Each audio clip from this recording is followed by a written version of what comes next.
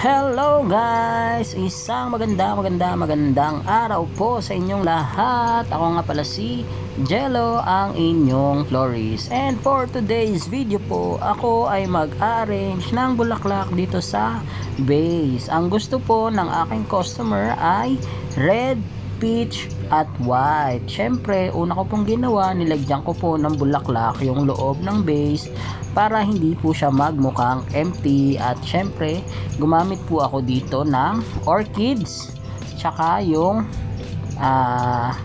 moss. Pero yung moss po dyan ay artificial lang. Yan po, ito po ang finished product. Gumamit po ako dito ng red rose, red baby rose, peach baby rose, peach gerbera, at saka orchids na white. Syempre, hindi po mawawala ang fillers at trascas. Yun lang po. Maraming salamat. Please don't forget to like, share, and follow for more videos. Bye-bye!